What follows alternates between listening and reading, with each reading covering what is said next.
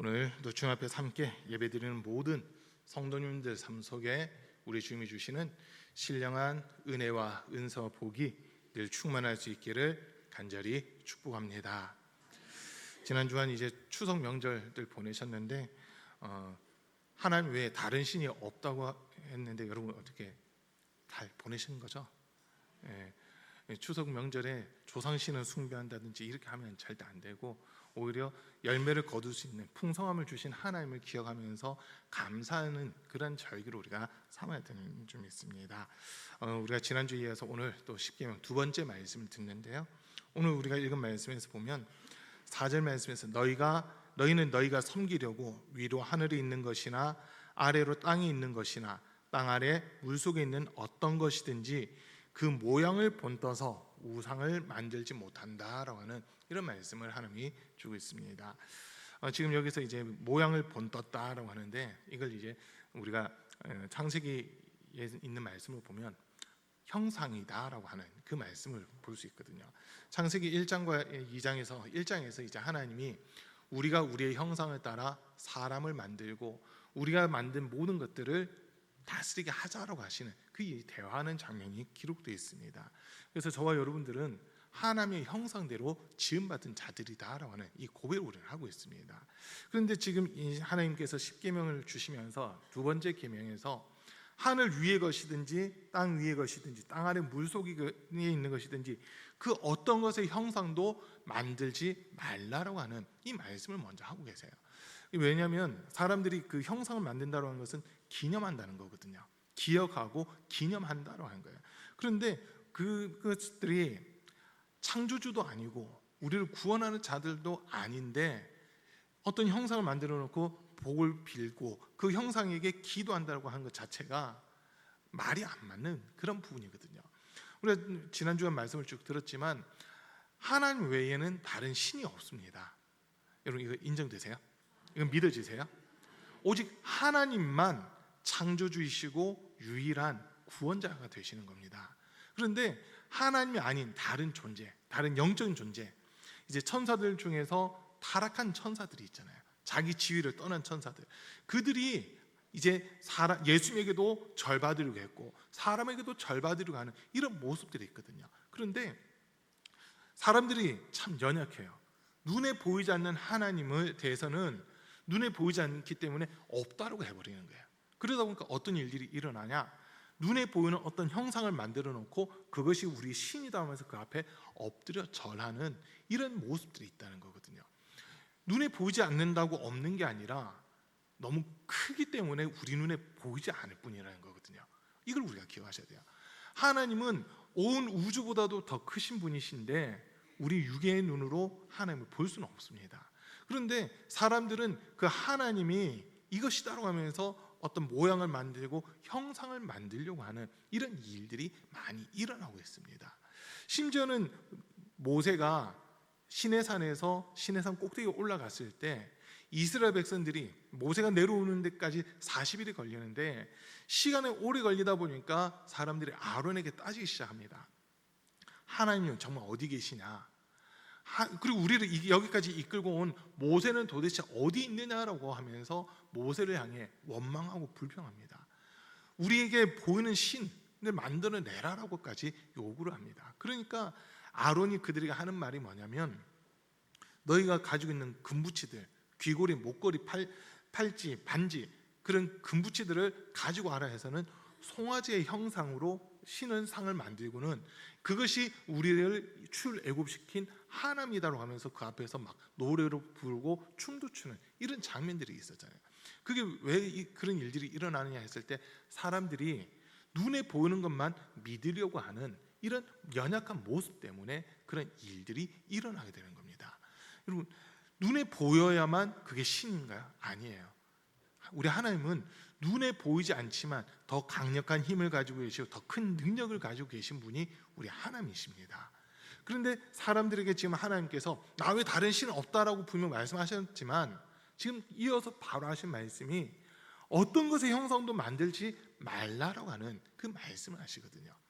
여러분, 우리 기독교와 천주교의 제일 큰 차이점이 있다면 이 부분에 있습니다. 십계명, 이계명이 있어요. 혹시 천주교를 다니셨다가 교회로 오신 분들도 계실 거고, 지금 뭐 천주교 다니진 않았지만 성당에 한 번쯤 이렇게 가보신 적이 있을 겁니다. 성당에 가보면요, 눈에 보이는 형상들이 많이 있습니다. 제일 먼저 성당 마당에 들어보세요. 성모 마리아 상이 있고 예수님 상이 있습니다. 근데 참 아이러니한 거는 예수님은 아주 연약한 존재로 만들어 놔버렸어요. 천주교에서 예수님 상들을 보세요. 두 모습입니다. 하나는 아기 예수님의 모습이고요, 또 다른 하나는 십자가 못 박혀 있는 모습이거든요. 아기 예수님, 아무런 힘이 없는 존재로 예수님을 만들어 놓고, 오히려 예수님을 낳은 어머니인 마리아가 그 아기 예수님을 보호하고 있는 듯한 이런 인식을 심어주게끔 형상을 만들어 놨어요. 자, 그리고 또 십자가에 예수님을 못 박아 놨잖아요. 예수님이 실패자의 모습으로 어떻게 보면 십자가 못 박혀져 있는 그런 모습이기도 하거든요. 그래서 천주교는 그런 형상, 눈에 보이는 형상을 보면서, 제가 몇몇 이렇게 지역에 보니까 또 성당의 제일 꼭대기 있잖아요. 건물 외벽에서 볼 때, 건물 밖에서 볼 때 그 성당의 꼭대기 부분에 성모 마리아가 또 이렇게 서 있는 그런 모습들이 있거든요. 그 모습을 보면서 여기가 정말 예수 믿는 교회가 맞나라고 하는 생각을 많이 하게 돼요. 여러분, 천주교는요, 예수 그리스도보다 마리아를 더 앞세우고 있고, 마리아를 통해서 천국의 뒷문을 열어달라고 그렇게 기도하는 것이 천주교입니다. 거기에는 성경과 다른 것들을 이렇게 이야기하고 있기 때문에 구원이 있을 수 없어요. 사실은 좀 제가 세게 얘기를 하고 있는 편인데, 여러분, 천주교에 세례명이라고 하는 거 있잖아요. 천주교인들 보면 자기 세례명을 이야기합니다. 그 세례명은 바꿔서 얘기하면 뭐냐면, 예수 말고 나는 이 사람의 공로로 구원받는다라고 하는 겁니다. 이해되세요? 천주교에서 말하는 세례명은, 성경은 우리가 분명히 이야기합니다. 예수 외에는 다른 구원받을 만한 이름을 우리에게 주신 적이 없습니다. 아멘. 예수 그리스도 외에는 구원받을 만한 다른 이름을 우리에게 주신 적이 없는데, 천주교에서는 보세요. 뭐 베드로가 됐든 안드레가 됐든 12사도를 포함해서 여러 소위 성인이라고 불려지는 사람들을 자기 세례명으로 받게 되거든요. 그 세례명을 받는다고 하는 것은, 나는 이 사람의 공로, 이 성인들의 공로 이미 차고 넘치는데 이 성인의 공로를 내가 힘입어서 내가 구원받는다라고 하는 그런 의미밖에 되지 않아요. 그렇기 때문에 천주교에는 내 믿음으로 구원받는 게 아니라 그 성인의 공로로 구원을 받다 보니까 그 성인을 기리기 위해서 성인의 형상들도 만들어 놓는 이런 모습들이 상당히 많이 있다고 한 거예요. 그러나 우리 교회는 보세요. 형상들이 없어요. 십자가는 형상이 아니에요. 이걸 통해서 우리를 구원하신 예수 그리스도를 기억하라는 것이, 이게 하나의 형상이 아니라는 거거든요. 어떤 사람의 모양을 만들어 놓거나 짐승의 모양을 만들어 놓거나 아니면 어떤 해와 달과 별들의 모양을 만들어 놓고 그것 앞에 엎드려 절하는 거, 그거를 가리켜서 성경은 우상 숭배라고 이야기를 하는 겁니다. 우상 숭배라고 이야기하는 거예요.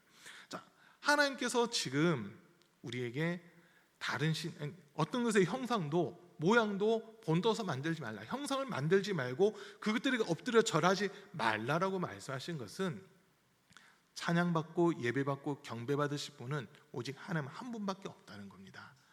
하나님은 형상은 없으시지만 영으로서 모든 것들을 창조하신 아버지가 되시고 또 우리의 영혼의 주인이 되시기 때문에 하나님만 높임을 받으셔야 된다고 한 겁니다. 자, 근데 하나님께서 형상을 만들지 말라고 하신 중요한 이유가 있습니다. 아까 서두에 말씀드렸듯이 창세기 1장과 2장에서 하나님이 사람을 만드실 때 하나님의 형상의 모양대로 사람을 창조하셨다라고 그렇게 기록을 하고 있습니다.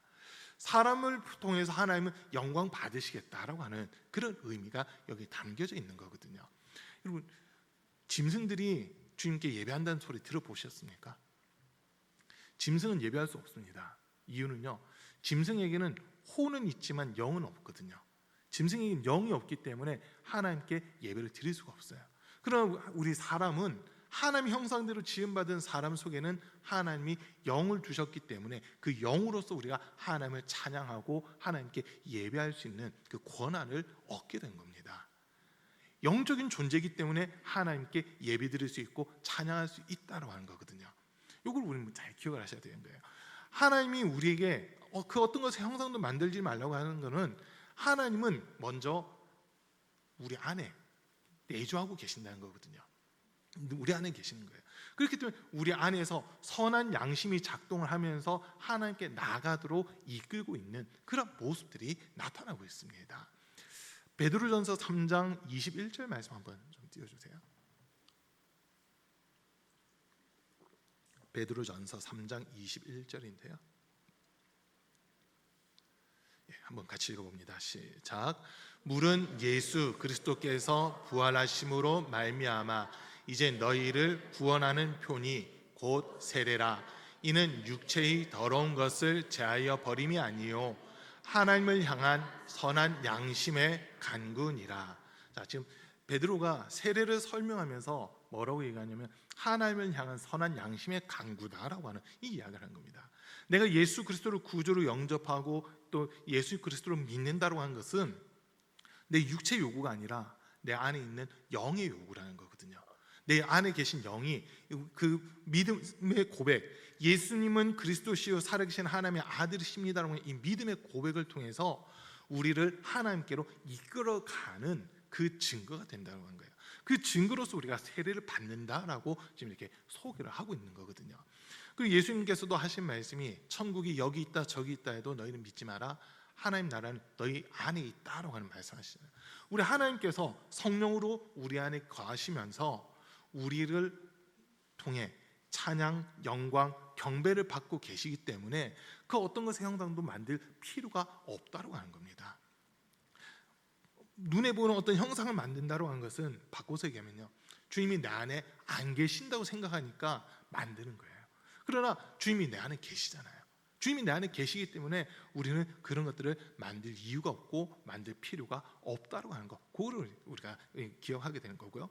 그리고 중요한 부분들이 이제 나오는데, 지금 5절 말씀 먼저 볼게요. 5절과 6절 말씀에서 보면 너희는 그것들에게 절하거나 그것들을 섬기지 못한다. 나 주 너희의 하나님은 질투하는 하나님이다. 나를 미워하는 사람에게는 그 죄값으로 본인뿐만 아니라 3, 4대 자손에게까지 벌을 내린다. 그러나 나를 사랑하고 나의 계명을 지키는 사람에게는 수천 대 자손에게 이르기까지 한결같은 사랑을 베푼다라고 하는 이 말씀을 주십니다. 자, 지금 하나님께서 하신 말씀이 뭐냐면 나는 질투하는 하나님이다라고 하는 이 말씀을 지금 하고 계세요. 질투하는 하나님, 하나님 외에 다른 신이 없다라고 하는 것을 지금 다시 말씀하는 거예요. 나밖에 없다. 나밖에 없다. 예배받고 찬양받고 경배받아야 될 대상 나밖에 없는데 너는 내가 아닌 다른 형상들을 만들어 놓고 그것들에게 엎드려 절하고 있는데 그거 아니야 라고 지금 하나님이 가르쳐주고 계신 겁니다. 자, 질투한다고 하는 이 말씀, 하나님은 신이시기 때문에 인격이 아닌 신격을 가지고 계시잖아요. 저와 여러분들은 인격을 가지고 있고 하나님은 신격을 가지고 계시는데 그 신격 중 하나가 뭐냐면 질투를 하시는 거예요. 모든 찬양, 모든 영광, 모든 경배, 모든 예배는 하나님이 받으셔야 되는데 하나님이 아닌 다른 대상을 놓고 그것에게 엎드려 절할 때 하나님이 질투를 한다라고 하는 지금 이 말씀까지 우리에게 주고 있습니다. 자, 그러면서 지금 한 가지 약속의 말씀을 주세요.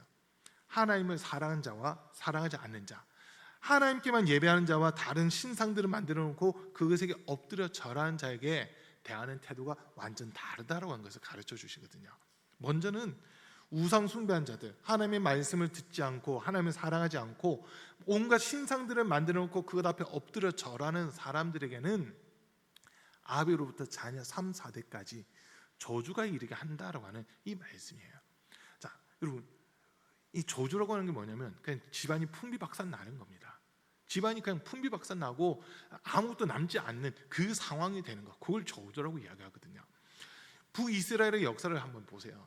북이스라엘 역사 약 400년 정도 되는 시간 동안, 400년 조금 안 돼요. 한 300년, 약 300년 정도 되는 시간 동안 19명의 왕들이 나라를 통치합니다. 19명의 왕들이 나라를 통치하는데 왕조가 무려 9번 바뀌어요. 9번의 왕조가 바뀝니다. 그 말은 바꿔서 얘기하면 한 왕조당, 그냥 평균 잡아보면 한 왕조당 왕이 2명 딱 이어져 있는 겁니다. 실질적으로 보면은 이제 오므리 왕조랑 예후 왕조가 한 4명 정도까지 이렇게 가요. 오므리 왕조의 마지막 왕이 아합이었고 예후 왕조가 그나마 하나님 앞에서 좀 다른 신상들을 좀 없애긴 했지만 여로보암의 길에서 완전 벗어나지 않는 이런 모습들을 보이거든요. 그러다 보니까 이 두 왕조만 4대까지 가는 거고, 나머지는 한 명에서 끝나는 왕조도 있고 두 명에서 끝나는 왕조가 있고 막 이래요.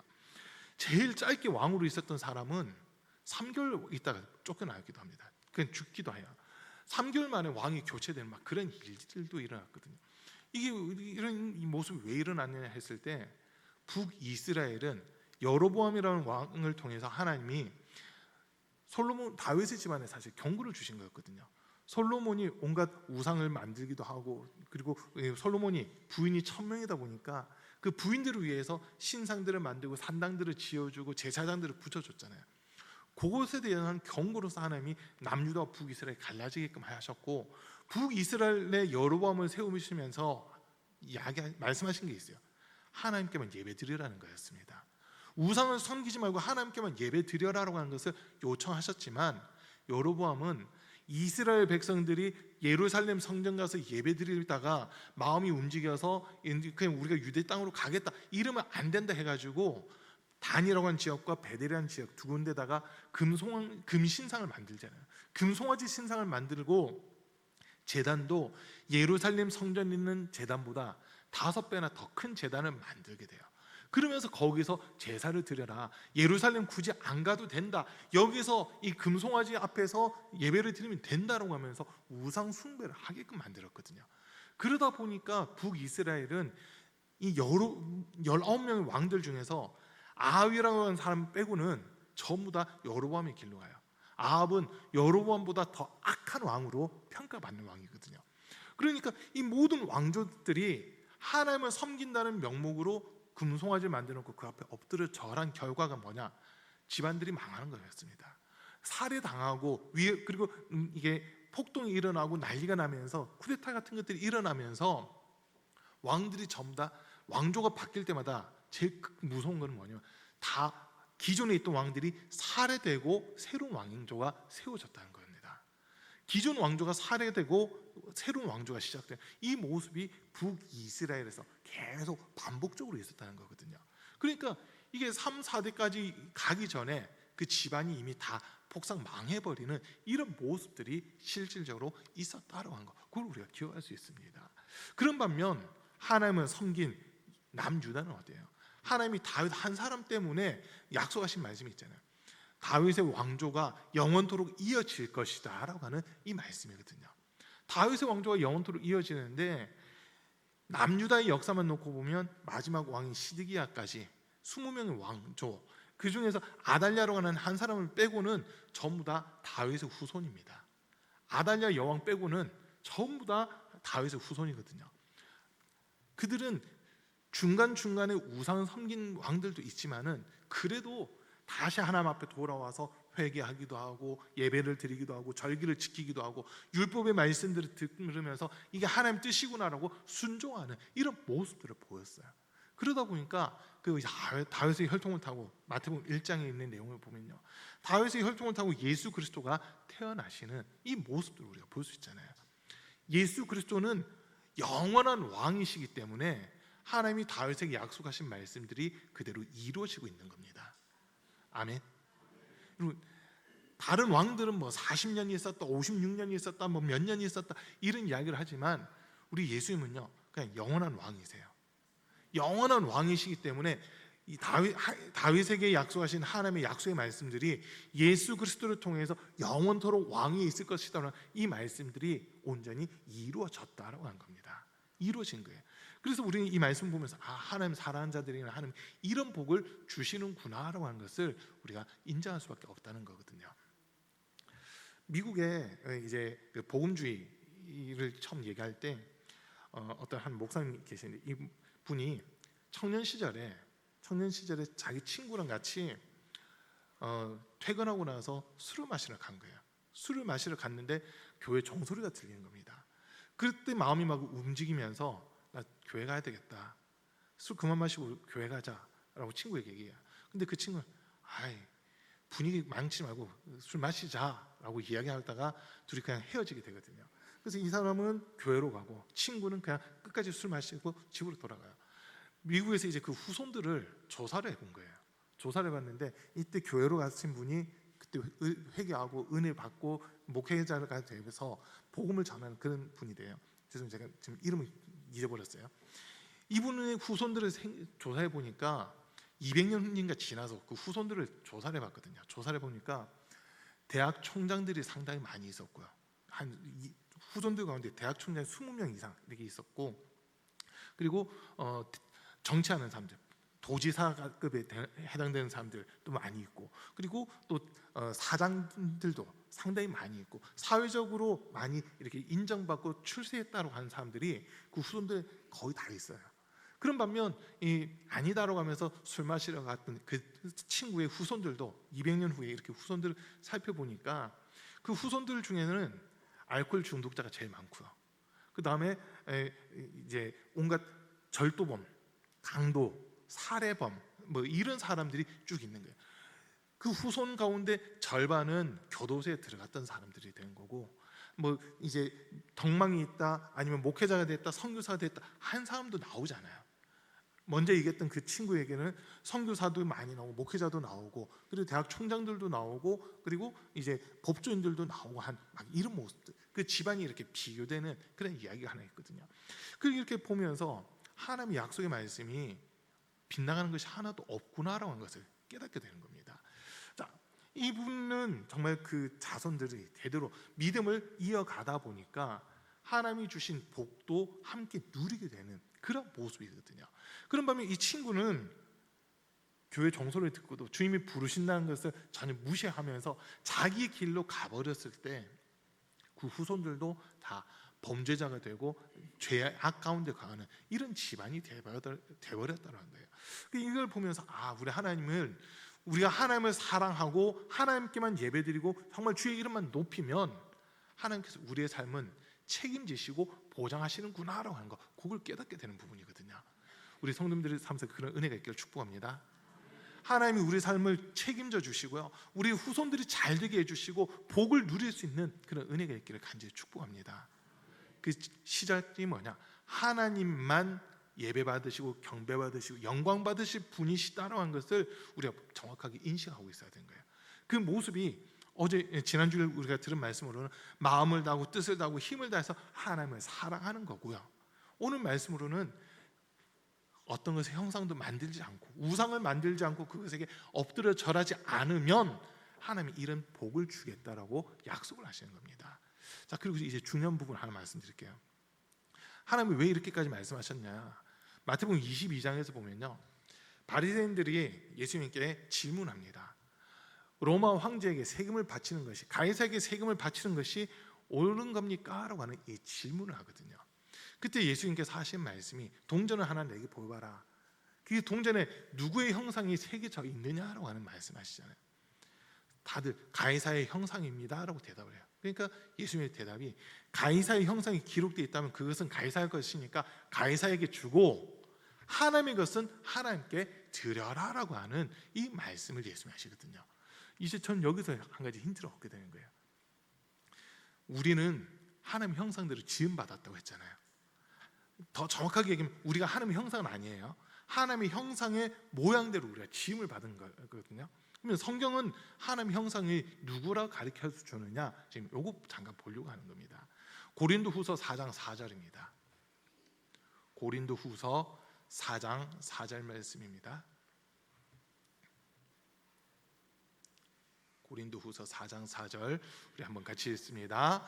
그 중에 이 세상의 신이 믿지 아니하는 자들의 마음을 혼미하게 하여 그리스도의 영광의 복음의 광채가 비치지 못하게 함이니 그리스도는 하나님의 형상이니라. 자, 제일 마지막에 보세요. 그리스도는 하나님의 형상이다라고 명확하게 알려주고 있습니다. 세상의 신이 우리를 혼미케 하고 우리를 미혹하고 우리를 믿음의 자리에서 떨어지게끔 하는 이유가 뭐냐? 하나님의 영광을 보지 못하게 한다는 거예요. 하나님의 영광을 보지 못하게 하려고 우리를 혼미케 한다는 거죠. 그런데 그 하나님의 영광을 보지 못하게 하는 이유는 예수 그리스도가 하나님의 형상이신데 예수가 아닌 다른 것들을 보게끔 만드는 거예요. 그래서 만들어진 신, 사람 손에 의해서 만들어진 신을 숭배하게끔 하고 그것 앞에 엎드려 절하게끔 만든 거, 이게 세상의 신이 하는 일이다라고 우리에게 알려주고 있는 겁니다. 한 군데 더 볼게요. 골로새서 1장 15절입니다. 골로새서 1장 15절 말씀입니다. 골로새서 1장 15절 또 함께 읽습니다. 그는 보이지 아니하는 하나님의 형상이시요 모든 피조물보다 먼저 나신 이시니, 뒷절도 한번 띄워주세요.